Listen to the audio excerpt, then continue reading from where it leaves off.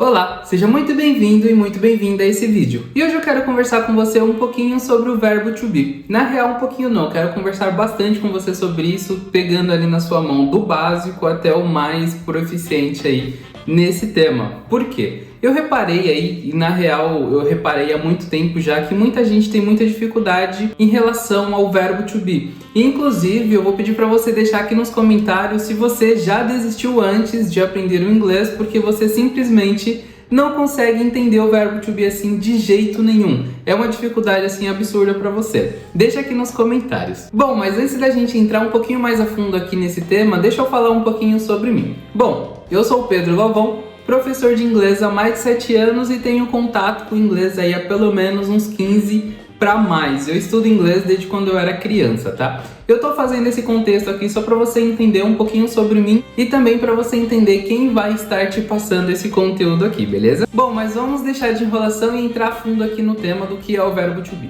Bom, e para te explicar o que é o verbo to be, como no próprio nome já está escrito, é o verbo, tá? E o que são verbos aí? Verbos são ações, basicamente. Correr, nadar, beber, passear e coisas que você faz. São ações que você faz. E pensando nisso, o verbo to be ele também vai estar nesse grupo de ações, ok? E aí, antes da gente entrar um pouco mais a fundo aqui, eu preciso te falar e te explicar uma outra coisinha. Os verbos, eles existem de várias formas. Existe o verbo na forma de dicionário, que se chama verbo no infinitivo, e existe os verbos conjugados. Por exemplo, correr. Correr é o verbo que está na forma de dicionário, ou seja, no infinitivo. Correr não está conjugado. Quando eu falo eu corro, esse corro, ele já está sendo conjugado com eu. Eu corro, você corre, nós corremos e assim por diante. Aqui eu estou conjugando o verbo correr. Então, correr aqui é o verbo no infinitivo na forma de dicionário de forma geral, beleza? Aqui a gente tem esse primeiro ponto de um jeito bem simples aí. E aí, quando a gente começa a passar os verbos para o inglês, pensando também na forma de dicionário, jogando ali para o infinitivo e coisas nesse sentido, a gente tem uma regrinha. A gente tem o verbo, só que antes do verbo a gente acrescenta o to, ok? Então, to be, to run, to walk e assim por diante. Então, esses verbos aqui, eles não são necessariamente o to, não significa, entre aspas, nada nessa questão aqui. O verbo em si, na verdade, aqui vai ser o que vem depois. Eu vou colocar algumas anotações aqui em tela para você, e aí só para você entender. Eu falei aqui, ó, to be,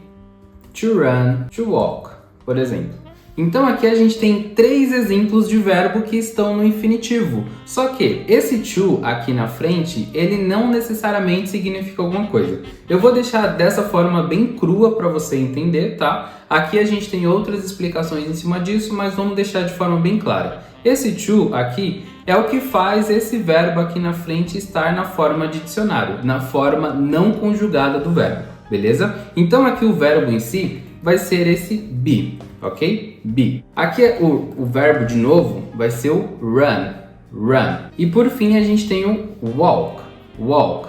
Também vai ser o verbo. Então o que vai deixar esse verbo aqui na frente na forma de dicionário vai ser o to na frente, ok? De forma resumida é isso, ok? Então quando eu falo para você o verbo to be, esse to be, aqui esse to na frente, não faz, entre aspas, parte do verbo em si.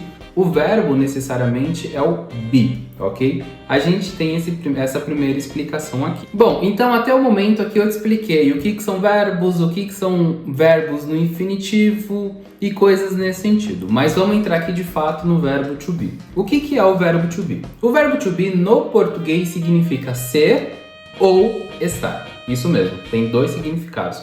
Pode ter os 2 significados, ser ou estar. Vai significar um ou outro. I am happy, por exemplo. Eu sou feliz. I am sick, por exemplo, que significa eu estou doente. Eu sou feliz, eu estou doente. Então a gente pode ter esses 2 contextos aqui, ok? Então repara que eu utilizei exatamente o mesmo verbo, porém com significados diferentes. Eu sou e eu estou. E aqui a gente vai levar isso em consideração quando? Basicamente, quando eu sou, Aqui a gente está falando de uma constante. É uma coisa que eu sempre estou desse jeito, basicamente. Eu sou feliz, eu sou uma pessoa feliz. Eu sou uma pessoa triste. Eu sou uma pessoa alta, por exemplo. Então esse ser, a gente está falando de uma constante. E quando a gente usa o verbo estar, a gente está falando de algo mais momentâneo. Eu estou doente. Sei lá. Durante 2 dias eu estou doente, durante 3 dias eu estou doente. Mas repara aqui que eu estou falando de uma coisa mais passageira. Então aqui a gente vai ter esses dois significados, ser ou estar, ok? Então beleza, aqui agora você já sabe o que significa o verbo to be, ser ou estar. Então a gente entra na questão de conjugação. Eu falei no comecinho aqui do vídeo falando sobre o verbo correr. Eu corro, você corre, nós corremos e assim por diante. Então a gente entra aqui na questão de conjugação do verbo to be. Lembra que eu te falei que o be é o verbo de fato? Quando a gente passa ele para a parte de conjugação, a gente vai conjugar somente o be. Então esse to na conjugação não vai existir mais, então deixou de existir basicamente. Então quando a gente pega a conjugação aqui no presente, a gente vai ter I am, eu sou ou eu estou, you are, você é ou você está, he, she ou it is, então ele é ou ele está, ela é ou ela está, e isto é ou isto está. Esse it aqui vai ser sempre utilizado aí para animais, objetos e coisas nesse sentido. Um ponto interessante aqui é que a gente utiliza o it também para quando é bebê recém-nascido, tá? Então vamos supor que você na sua casa tem um bebê recém-nascido e eu não sei o sexo do bebê, né? Eu não sei se é um menino, não sei se é uma menina, então quando eu for falar sobre a criança, eu vou falar it is alguma coisa. Por exemplo, it's crying, it is crying. O bebê está chorando, basicamente, ok? Mas isso daqui não significa que é uma falta de respeito. Eu não estou chamando a criança de animal nem nada nesse sentido, é muito longe disso. Aqui é só uma forma da gente falar sobre alguma coisa que a gente não necessariamente coloca um gênero em cima. Vamos colocar dessa forma também muito simples, beleza? Aqui a gente entra we are, nós somos ou nós estamos, e aqui por fim they are, eles ou elas são ou estão, beleza? Esse they aqui no final ele significa eles ou elas, beleza? Bom, entrando então aqui nos exemplos do verbo to be, a gente vai ter afirmativo, negativo e interrogativo. Eu gosto de colocar dessa forma aqui os exemplos porque sempre quando a gente está falando, ou a gente está afirmando alguma coisa, ou a gente está negando alguma coisa, ou a gente está simplesmente fazendo uma pergunta, tá? Então eu gosto de separar dessa forma justamente por isso. Então entrando aqui no afirmativo, a gente tem I am happy. Eu te dei esse mesmo exemplo alguns minutos atrás. I am happy. Eu sou feliz ou eu estou feliz. I am happy because I got a PS5. Eu estou feliz porque eu comprei um PlayStation 5. Então aqui a gente está falando naquela questão do momento, né? Eu estou feliz. Pode ser que daqui um dia, 2, esse êxtase por ter comprado um Play 5 já passou, eu já estou mais constante ali, beleza? I am happy. They are at school. They are at school. Eles estão na escola. Aqui eu não poderia, por exemplo, de forma nenhuma, traduzir como eles são na escola. Porque aqui a gente não está falando de uma constante e isso, cara, não faz o menor sentido mesmo no português também, ok? Então, they are at school. They are at school, ok? Eles estão na escola. Eles estão na escola. School, escola. Entrando no negativo, então, I am not sick. I am not sick. Eu não estou doente. Então aqui a gente entra num segundo fator aí do verbo to be, que é o quê? O verbo to be, ele é um verbo, mas ele também é um auxiliar. E aí só para te explicar um pouquinho mais a fundo aqui o que são auxiliares no inglês. No inglês a gente tem verbos de forma geral que eles vão auxiliar aí para fazer negativas. No inglês a gente tem o no e a gente tem o not, que os dois basicamente vão ser traduzidos como não. Porém, o no, ele é uma palavra específica, normal como qualquer outra. Porém, o not, ele não necessariamente é uma palavra, ele somente vai indicar uma negação dentro da frase.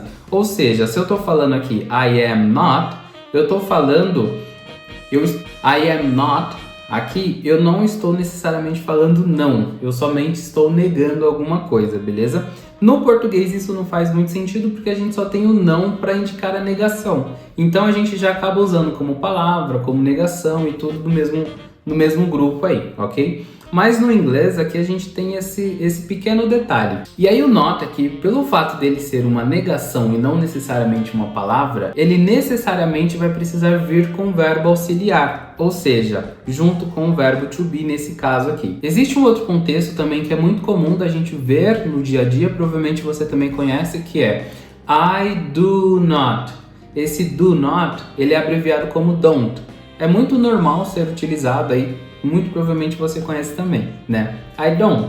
Esse do aqui que a gente usa, ele também é o verbo auxiliar. Ele significa fazer, só que nesses contextos ele não tem uma tradução literal aí para o português. Ele somente está sendo utilizado como um auxiliar ali para indicar a negação da frase, beleza? Então aqui a gente vai ter esse mesmo contexto no verbo to be. Só que o verbo to be ele vai trabalhar de uma forma um pouquinho diferente, por quê? O verbo to be ele vai ser trabalhado das duas formas juntas. Então, ou seja, eu não precisaria colocar um do dentro dessa frase, por exemplo, para indicar negação. Por quê? O verbo to be ele já vai servir como um do aqui, beleza? Então ficaria I am not sick. I am not sick. Eu estou negando. Eu não estou doente. I am not sick. You are not working. You are not working. Então, de novo, eu estou negando alguma coisa.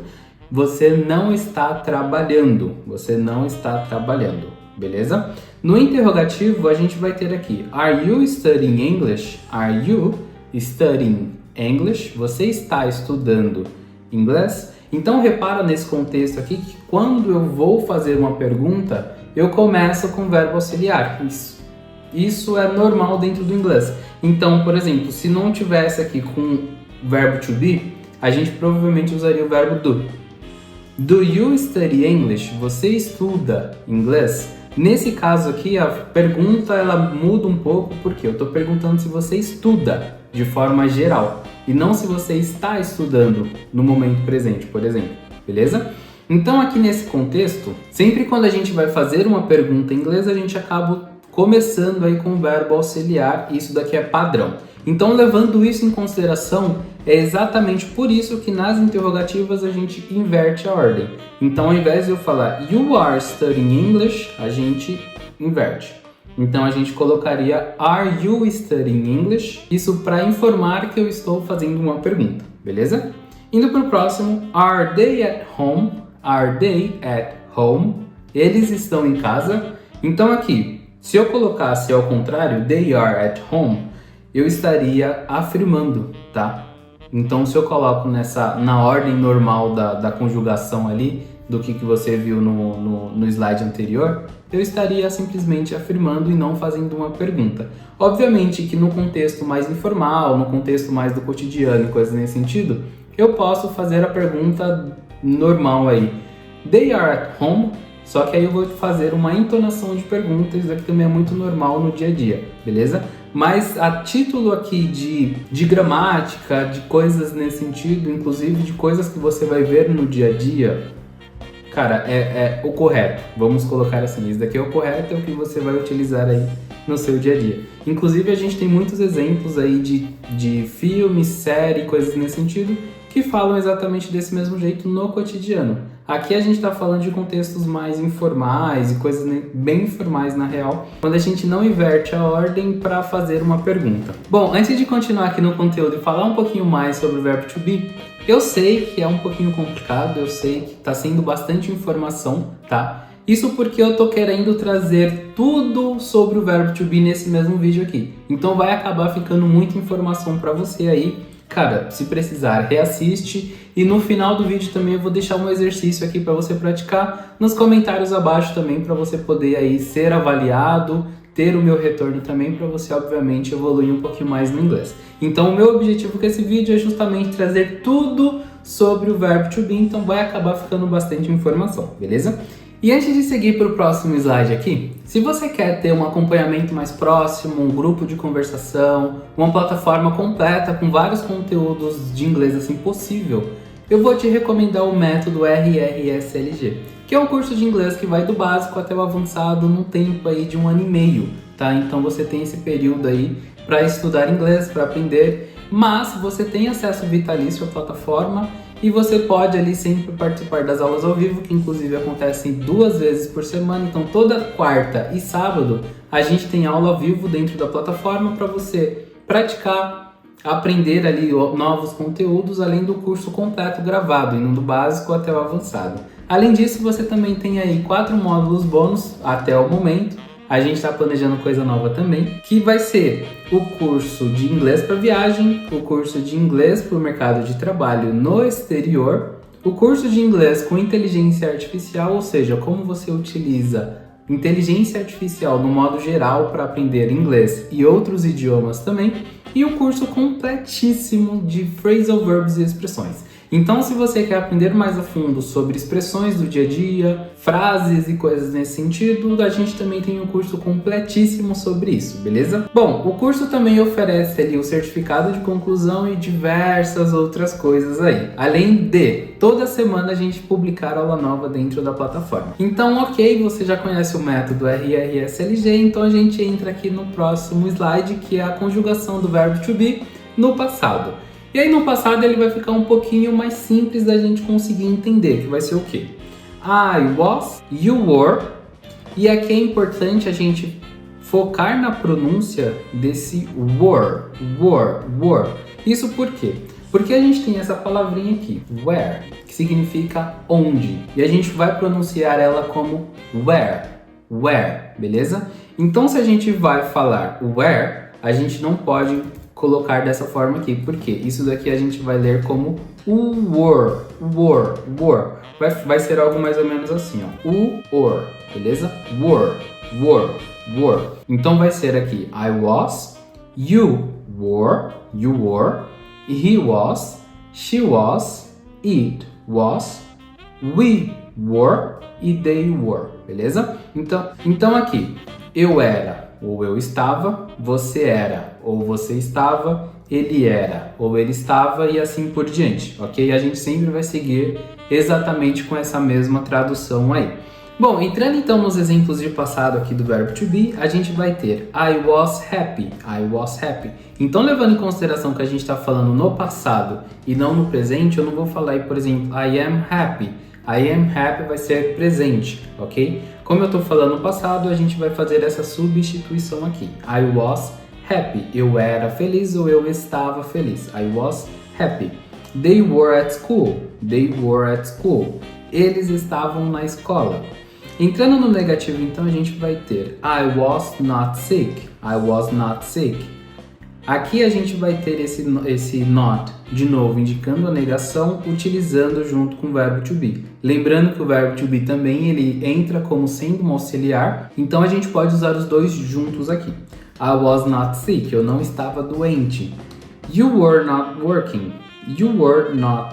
Você não estava trabalhando. E aqui é importante também dizer que a gente tem algumas abreviações. Então, por exemplo, esse I was not sick, eu poderia simplesmente colocar como I wasn't sick, beleza? I wasn't sick. You weren't working. Você não estava trabalhando, ok? Então a gente tem essas abreviações aqui de negação, wasn't, weren't. Aqui é um pouquinho difícil da gente falar, normal. Vamos praticar um pouquinho mais aí. Weren't, beleza? Wasn't, weren't, ok? Entrando então no interrogativo aqui, a gente vai ter Were you studying English? Você estava estudando inglês? Were you studying English? Próximo exemplo, Were they at home? Eles estavam em casa. E aí repara que na interrogativa a gente vai seguir exatamente o mesmo contexto ali de pergunta. Então a gente só vai inverter para indicar a questão ali que a gente está fazendo. Were you? Was I? E assim por diante, beleza? Entrando então aqui na questão do futuro, a conjugação do verbo to be no futuro vai ser um pouquinho diferente. Por quê? Nesse contexto a gente vai mudar um pouquinho aqui A estrutura, por quê? A gente vai passar a utilizar o will. O will, ele significa um futuro, ele indica futuro dentro da frase. Sempre quando você ver will, você pode ter certeza que a gente está falando do futuro. No futuro, provavelmente vai acontecer alguma coisa. Eu não vou entrar em detalhes sobre o will aqui, porque senão a gente entra em um outro contexto, em uma outra estrutura, e aí vai ser muito mais informação e aí vai complicar ainda mais esse tema. Mas, aqui, na questão do verbo to be, a gente vai sempre utilizar will e o be, aqui que é o verbo na estrutura de dicionário ali, beleza? Aqui o be significa ser e estar também, só que é o original. Original sem ser conjugado, beleza? É isso que eu quis dizer.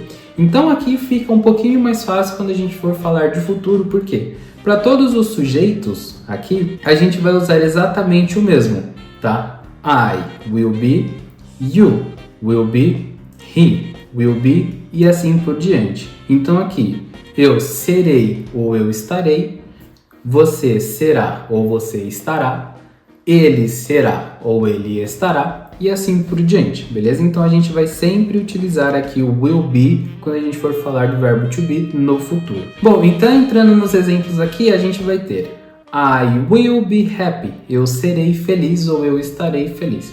I will be happy when I buy a PS5.